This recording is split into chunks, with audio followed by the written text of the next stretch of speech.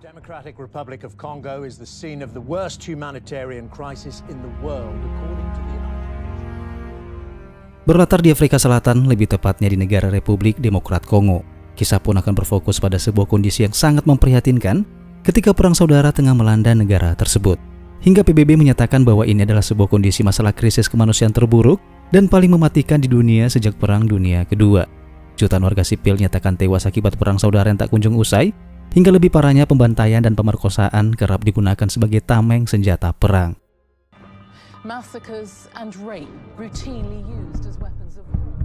Sampai akhirnya PBB dan organisasi non-pemerintah mengambil tindakan upaya menyelamatkan para warga sipil dengan mengirimkan bantuan melalui organisasi LSM berupa makanan, obat-obatan, dan juga petugas pengamanan. Dan sekarang kita akan berfokus pada beberapa orang relawan yang diturunkan untuk memberikan bantuan. Beberapa di antaranya adalah seorang petugas pengawal keamanan tambang bernama Jimmy, istri Jimmy di bagian medis bernama Eni, dan atasan para semua relawan bernama Felix. Di malam itu Jimmy mendatangi sebuah bar setelah bekerja seharian. Di sana ia menghampiri teman-temannya, dan terlihat juga istrinya Eni yang sedang mengobrol dengan Felix membahas seputar pekerjaan mereka di LSM.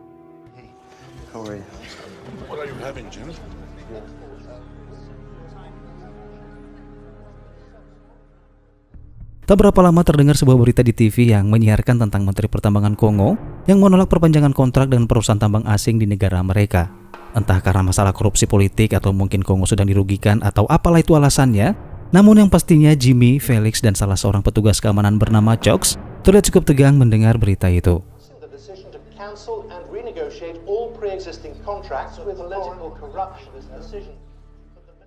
Malam harinya, Jimmy bersama petugas keamanan lainnya kembali bertugas menjaga para pekerja tambang. Tak berapa lama, dua unit mobil milik LSM masuk ke lokasi. Dengan menggunakan teropong, Jimmy melihat Felix turun dari salah satu mobil dan kemudian berbicara dengan Chox membicarakan sesuatu yang terlihat sangat serius. Hingga Jimmy pun menduga kalau Felix gak lama lagi akan menghubungi mereka untuk bersiap-siap melakukan sebuah rencana operasi. I got a feeling we're going operational. On my mark, switch to all 3-4. Roger, switching now. Tak berapa lama kemudian, Felix masuk ke tenda para relawan. Di sana dia mendatangi Eni yang baru saja menyelesaikan tugasnya merawat seorang warga sipil, lalu mengajak Eni pulang bareng dengan alasan kalau Jimmy suaminya bakalan lembur malam ini. Namun Eni menolak dengan halus tawaran baik Felix, dengan alasan dia akan tetap menunggu hingga suaminya selesai bertugas. Can I drive you home? Thanks, but I'll wait for Jim. Okay. Sementara itu Jimmy bersama beberapa orang satuan keamanan lainnya sedang bersiap-siap melakukan pengintaian terhadap target operasi mereka. Chox yang ditugaskan oleh Felix untuk mengatur rencana, saat itu juga menjelaskan rencananya dengan mengerahkan 3 penembak jitu di titik yang berbeda dengan peluang 3-5 detik untuk membunuh target. Dan setelah target mereka berhasil terbunuh, mereka diwajibkan harus segera meninggalkan benua Afrika, jika tidak nyawa mereka dipastikan gak bakal selamat. Dan penembak jitu yang ditugaskan tersebut adalah Reed, Bryson, dan kemudian Jimmy yang ditempatkan di dalam sebuah kamar hotel. You're the lucky one, Jim. Double bedroom at the Grand Hotel.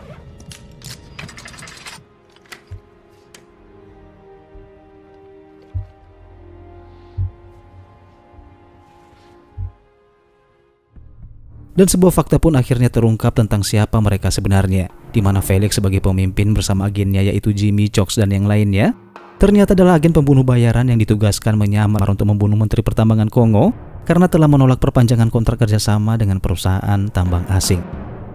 Di dalam kamar hotel, Jimmy yang sudah mempersiapkan senapan sniper laras panjangnya, sesaat kemudian mendapatkan aba-aba dari Felix melalui radio, memberitahunya bahwa target sudah mulai mendekati posisi. Tanpa berlama-lama, Jimmy yang memang memiliki skill menembak jarak jauh, dengan penuh ketenangan ia membidik ke arah target dan kemudian melepaskan satu lesatan peluru. Hingga saat itu juga sang menteri dinyatakan tewas seketika.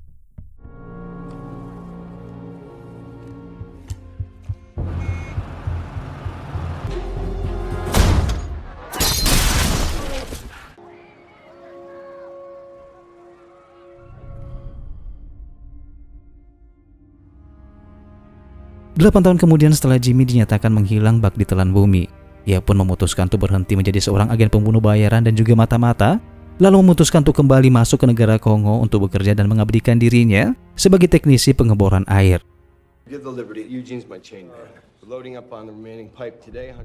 Sampai di satu ketika saat Jimmy bersama asistennya bernama Eugene memasang pipa sumur bor di sebuah desa yang sedang mengalami kekurangan air, Jimmy secara tiba-tiba diserang oleh sekelompok orang tak dikenal.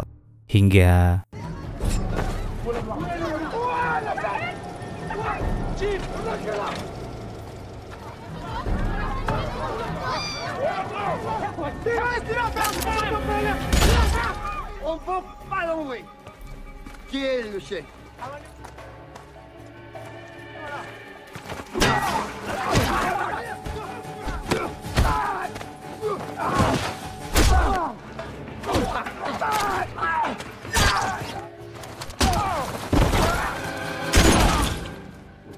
Okay, Eugene.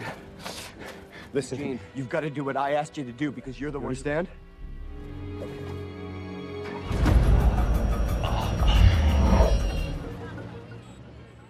kepanikan dan ketakutan yang saat itu sedang menyelimuti Jimmy membuatnya dengan terpaksa menyerahkan seluruh tanggung jawabnya pada Eugene untuk meneruskan pekerjaannya sebagai teknisi demi kemajuan dan kesejahteraan Kongo, di mana Jimmy menduga kalau saat ini dia sedang diburu oleh seseorang yang tentunya masih ada kaitannya dengan tugas di masa lalunya sebagai pembunuh bayaran.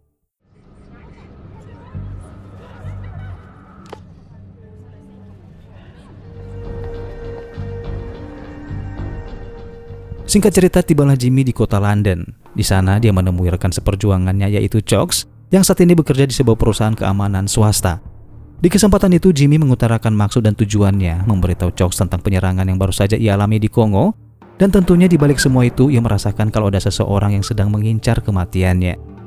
Chox kemudian mencoba memberikan saran dengan mengatakan pada sahabatnya tersebut kalau misi penembakan di masa lalu yang pernah mereka lakukan semuanya itu atas perintah Felix, dan bisa dipastikan hanyalah Felix satu-satunya orang yang tahu siapa oknum yang sedang mengincar kematiannya itu.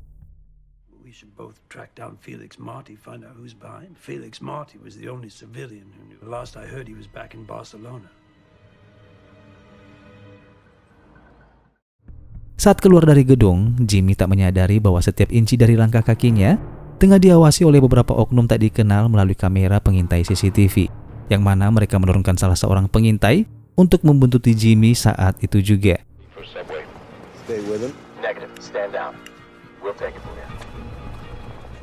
Jimmy yang tidak menyadari hal tersebut mencoba berjalan dengan cepat, sembari sesekali menoleh ke kanan dan ke kiri untuk memastikan keadaan di sekelilingnya. Hingga tak berapa lama tibalah Jimmy di sebuah bar, di mana di sana ia bertemu janji dengan seorang sahabat lamanya bernama Stanley yang sedari tadi sudah menunggunya di dalam sana. Di tengah obrolan, seorang pria menumpahkan minumannya membasahi pakaian Stanley. Namun yang pastinya Jimmy merasa kalau pria tersebut terlihat dengan sengaja menumpahkan minumannya untuk memancing keributan. Jimmy pun yang terlihat tidak terima, tanpa basa-basi ia pun dengan beringas menghajar pria tersebut saat itu juga. Every fucking time, you think you're fucking time. I only wanted to see the fucking game. My head. Di rumah sakit, lebih tepatnya di ruangan laboratorium Dr. Ali Saraf, sang dokter pun mengatakan bahwa Jimmy didiagnos menderita penyakit Alzheimer, di mana penyakit ini dapat menyebabkan penurunan daya ingat, menurunnya kemampuan berpikir dan berbicara, bahkan yang lebih parahnya berpotensi mengalami hilang ingatan. Dan hal ini juga terbukti jika tak jarang Jimmy terlihat selalu mencatat segala sesuatunya, termasuk informasi apa saja yang dianggap penting. Namun Jimmy mendengar hal itu justru seakan tak peduli dengan kondisinya saat itu. Niatnya yang ingin segera bertemu dengan Felix di Barcelona membuatnya memutuskan untuk keluar dari rumah sakit dengan meminta bantuan Stanley untuk memberikannya tempat tinggal yang aman selama dia berada di sana. Awalnya Stanley melarang Jimmy untuk tidak berangkat sebelum keadaannya membaik. Namun karena Jimmy tetap ngotot, akhirnya Stanley pun membiarkan Jimmy pergi dengan memberikan beberapa kontak kenalannya yang ada di Barcelona. Jim, I've got some contacts in Barcelona. Friends of mine, ex-Spanish Legion, will take good care of you. Get you a place, a car, everything you need. Singkat cerita, tibalah Jimmy di Barcelona. Di sana ia tinggal di sebuah apartemen milik salah seorang teman Stanley yang lokasinya berada tak jauh dari apartemen Felix. Dan di sana Jimmy melihat Annie yang ternyata telah menikah dengan Felix. Hingga di keesokan paginya, Jimmy melihat Felix dan Annie keluar dari apartemen menuju ke suatu tempat. Saat itu juga Jimmy mengikuti mobil mereka dari belakang Hingga tak berapa lama mobil Felix pun berhenti tepat di depan sebuah gedung. Tak perlu menunggu waktu lama, Jimmy pun segera menyusul masuk ke dalam gedung tersebut, di mana hari itu Felix yang mengikuti sebuah acara pertemuan seminar bisnis memberikan materi yang secara kebetulan dilihat oleh Jimmy yang duduk di kursi auditorium. Namun tak disangka oleh Felix, di mana saat dia sedang memberikan pengarahan, tiba-tiba Jimmy memotong pembicaraannya, hingga semua pandangan mata tertuju padanya. Terlebih-lebih Felix yang seketika itu juga kaget setelah tahu bahwa yang berada di atas sana adalah Jimmy. What we really need here It's money.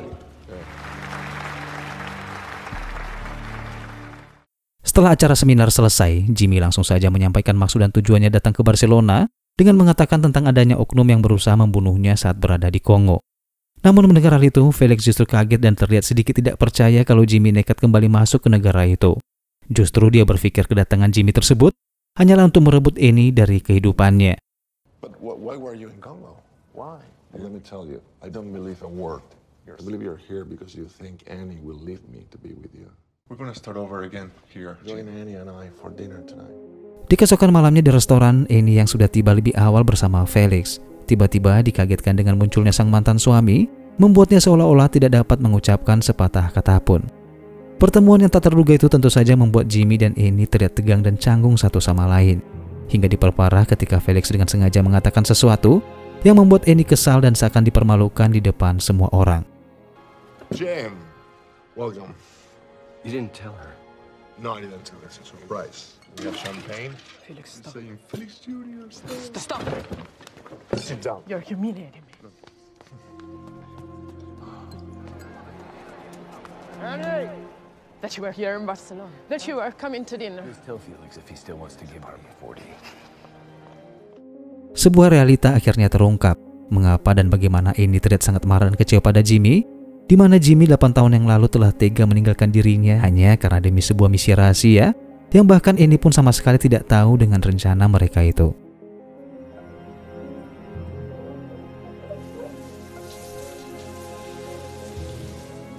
Di apartemen, Jimmy yang sedang membasuh wajahnya untuk menenangkan pikiran yang sedang kusut tak karu-karuan, tiba-tiba saja mendengar suara ketukan dari pintu depan. Paranoidnya saat itu juga kambuh dan mengira bahwa yang mengetuk pintu tersebut adalah orang-orang yang sedang memburunya. Ia kemudian mengambil pistol, berjalan perlahan-lahan mendekat dan mengintip melalui lubang pintu, dan ternyata itu adalah Annie. Entah suasana hati seperti apa yang sedang mereka rasakan saat itu. Namun yang pastinya di malam itu juga, Annie dan Jimmy pun mantap. You moved back to London. Tomorrow too. This is the address. Di keesokan siangnya, Jimmy memenuhi undangan Annie dengan mendatangi rumahnya. Di sana terlihat Felix menyambut kedatangannya dan mengajak Jimmy berbincang dalam rumah sambil menenggak beberapa gelas alkohol.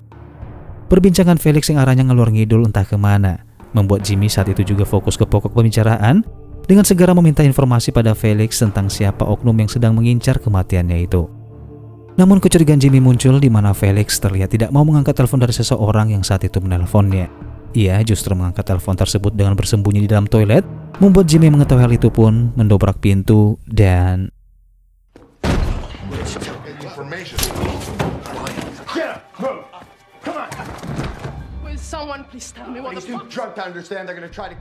Felix yang dalam keadaan mabuk itu pun akhirnya mengatakan jika bukan hanya Jimmy saja yang sedang diincar, namun dia juga salah satu target utama karena hanya tinggallah mereka berdua saksi kunci yang masih tersisa atas tragedi tewasnya Menteri Pertambangan Kongo.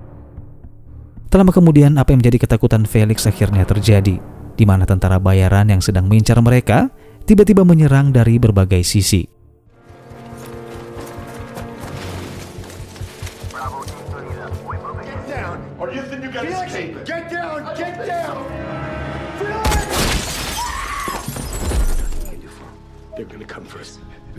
Dalam situasi genting itu, Jimmy yang seakan terlihat pasrah antara hidup dan mati, akhirnya berusaha semampunya untuk tetap bertahan, hanya demi satu alasan, yaitu menyelamatkan sang mantan istri.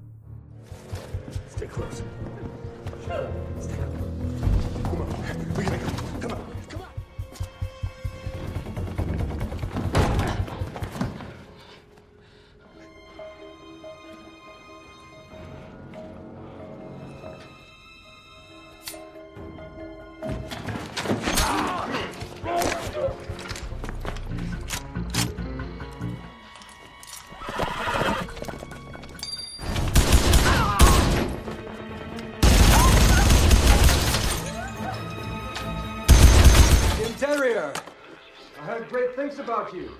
And I know you're not alone. His wife is with you. I guess your little bitch...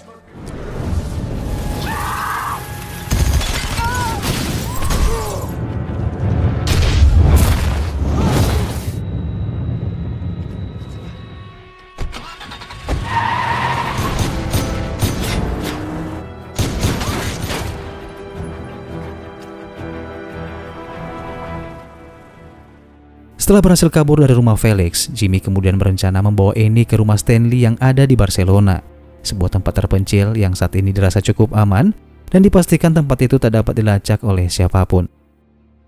What about now? And then we'll go someplace where I can hide you. A safe place.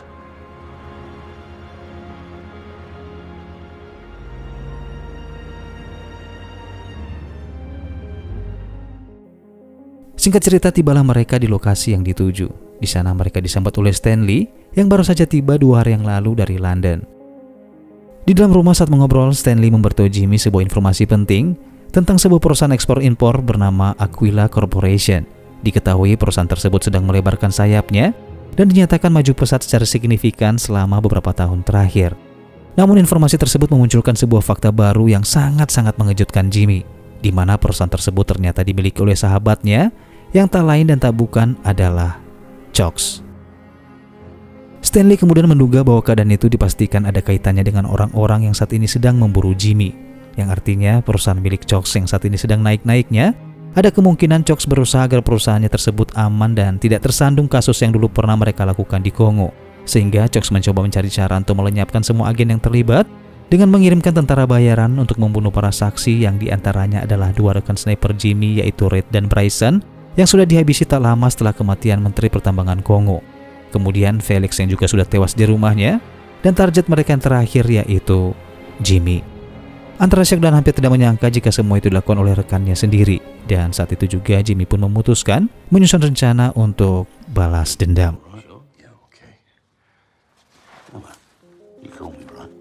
Singkat cerita, setibanya di London, Jimmy memulai misi pertamanya dengan mendatangi dan mengawasi gedung perusahaan Chox dari kejauhan. Di saat yang bersamaan, Jimmy tiba-tiba didatangi oleh seorang pria bernama Jackie Barnes, yaitu seorang anggota Interpol yang sedang bertugas. Namun yang anehnya, entah bagaimana Barnes terlihat seakan-akan tahu siapa Jimmy dan apa maksud dan tujuannya datang ke sana. Barnes selalu mengatakan tentang sebuah perusahaan yang sedang naik daun.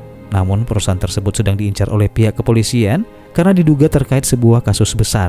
Namun sayangnya pihak Interpol masih belum bisa melakukan penangkapan karena belum memiliki bukti yang cukup kuat untuk melakukan itu. Sebelum pergi, Barnes menuliskan nomor kontaknya pada selembar kertas dan memberikannya pada Jimmy dengan mengatakan jika butuh bantuan, Jimmy dipersilakan menghubunginya melalui nomor tersebut.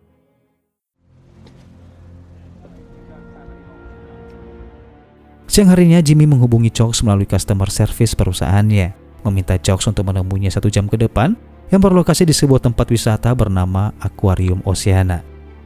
Tak perlu menunggu waktu lama, Chox pun yang masih belum sadar kalau kedoknya ternyata sudah terbongkar. Ia pun segera mendatangi Jimmy di lokasi, yang secara diam-diam ia membawa beberapa orang anak buahnya untuk berjaga-jaga. Jimmy yang ternyata tahu akan hal itu, lalu berinisiatif membawa Chox ke tempat yang sepi. Namun seorang wanita bayaran Chox tiba-tiba datang berpura-pura menjadi seorang kenalan Chox yang sebenarnya ingin menyuntikkan cairan obat bius pada Jimmy. Namun untungnya Jimmy lagi-lagi tahu akan hal itu. Dan... Hello, Ruth. Set me up!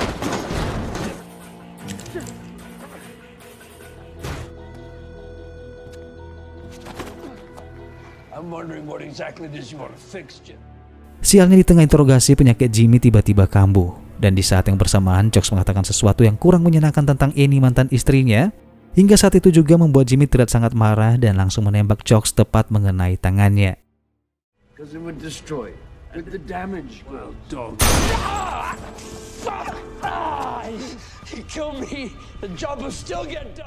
Beberapa orang anak buah Chox yang mendengar suara tembakan segera berlari menuju ke arah asal suara. Hingga Jimmy yang tidak sadar akan kedatangan mereka, mau tidak mau harus bertahan dalam kondisi penyakit yang sedang menggerogotinya.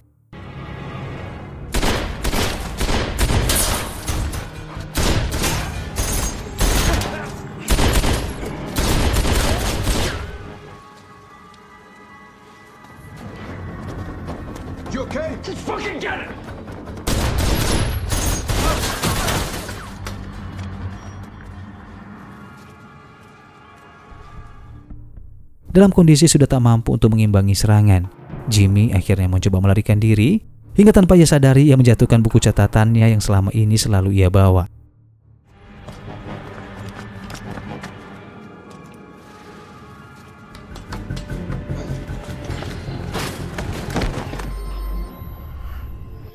Setelah berhasil keluar, Jimmy yang mulai merasakan kondisinya semakin melemah. Saat itu juga ia berusaha mengirimkan pesan singkat pada Stanley untuk membawa Annie pergi dari rumahnya. Namun belum sempat pesan tersebut terkirim, tiba-tiba Jimmy pingsan.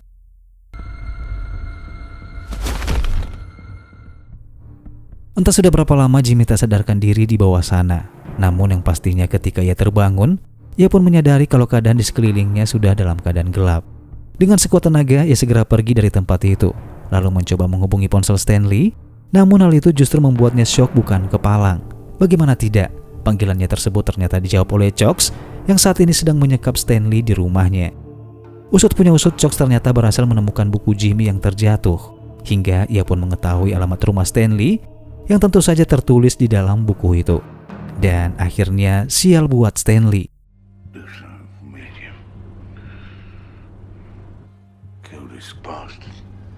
Now, I don't think that's a very nice thing to say, Stanley.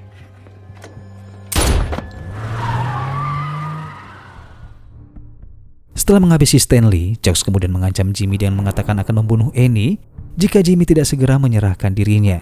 Mendapatkan ancaman yang cukup telak, tiba-tiba terlintas sesuatu di dalam pikiran Jimmy. Menakut-nakuti Chox dengan video rekaman iseng yang sempat ia rekam di masa lalu sebelum mereka beroperasi melakukan misi pembunuhan terhadap Menteri Perdagangan Kongo. Merasa kalah dan takut akan ancaman Jimmy, akhirnya Chox memutuskan untuk mengambil jalan damai, meminta Jimmy untuk menukar Annie dengan bukti rekaman tersebut, dengan bertemu janji di sebuah arena matador sebagai tempat lokasi pertukaran.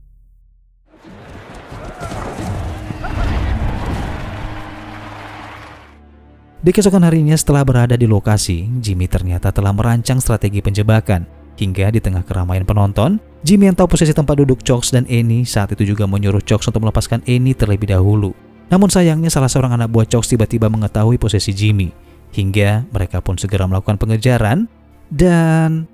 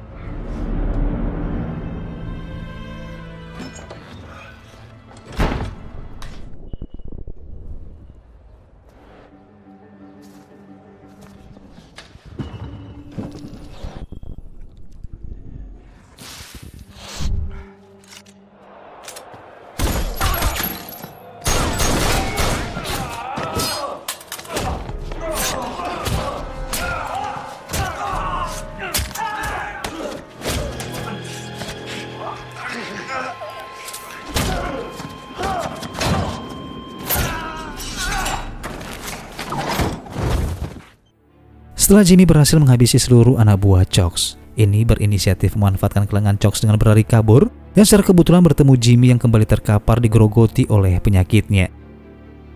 Seakan tidak ada kapok-kapoknya, Chox yang berhasil menemukan keberadaan Annie justru meminta Jimmy untuk menyerahkan dokumen beserta video rekaman tersebut. Namun Jimmy yang masih memiliki sedikit tenaga untuk bertahan, mencoba mengambil kesempatan itu dengan menembak Chox saat itu juga. Jim, give me the documents or I kill her. Suara letusan senjata ternyata memancing seekor banting liar masuk ke dalam sana. Darah yang berwarna merah yang memenuhi sekujur pakaian Chox semakin memancing emosi si banteng dengan menuburkan tanduknya berkali-kali menghujam tubuh Chox hingga tewas seketika.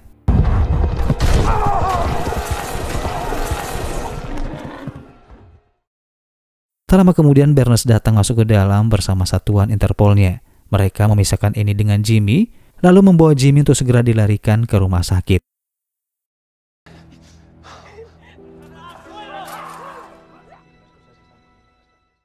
Beberapa waktu kemudian, di saat kondisi Jimmy sudah mulai baikan, Barnes datang mengunjungi Jimmy di rumah sakit yang tujuannya meminta bukti video rekaman tersebut. Awalnya Jimmy agak sedikit ragu dan sangat sulit percaya dengan siapapun setelah kejadian yang baru saja ia alami. Namun setelah menatap Annie sang mantan istri tercinta, sebuah keberanian pun muncul hingga Jimmy pun memberikan video tersebut dan menceritakan semua kejadian tentang misi kelam mereka 8 tahun yang lalu.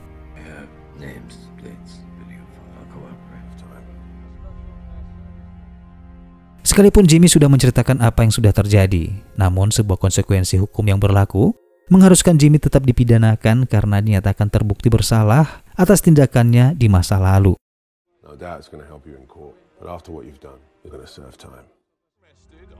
Singkat cerita, setelah melewati persidangan, Jimmy akhirnya dibebaskan dari penjara atas bantuan Barnes. Dan saat itu juga ia memutuskan kembali datang ke Kongo untuk menebus semua kesalahan yang pernah ia lakukan di masa lalunya.